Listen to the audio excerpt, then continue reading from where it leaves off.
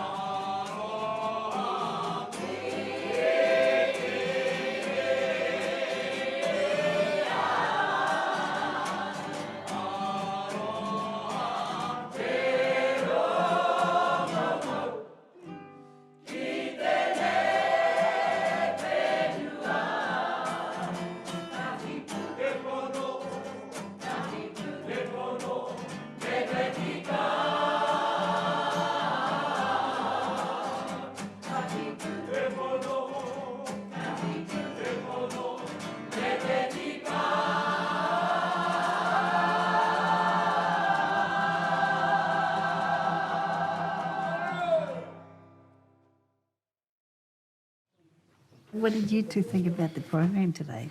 Now the truth, please. You know, the truth. You always got to tell the truth. No, it was a good show. It was a good performance. So hokinga mahara still brings back memories. See, I'm glad that, you know, your generation has started to learn. It's what we grew up with. We're used to it. But it's old. It's a good old, just like a good wine, like a good Oh, cheese. yeah, true. Tastes better as it ages. I'm a teetotaler. What I like about it makes me feel like it's a place to belong to, but you know, it's a place of belonging. So through it all, so 1960s, did you know you would have a #1 record? Did you know you'd travel the world? No, we didn't. No, nobody thought we'd ever have a #1. We were on the road finished a concert in Hamilton, and we stopped at a hotel because we wanted to go to the toilet. And that's when we heard it over the radio that Poi E got top of the charts. Yeah. Ka pai. So how does that No. make you feel? Well, it felt beautiful at the time, you know, but now it's an icon now. The song itself is an icon, you know. In 30 years' time, where would you like to see this? Because you'll probably be around kicking, just 110. Probably pushing up daisies by then, 30 years' time. When you're 111, on Earth, under Earth, what would be the ambition that you have for To for see the this carried on through you lot and then the next lot and, you know, rotating all the time. succession Love to- planning, yes, keeping it alive? Yes, yeah. We got That'd that be loud and lovely. clear, thank you.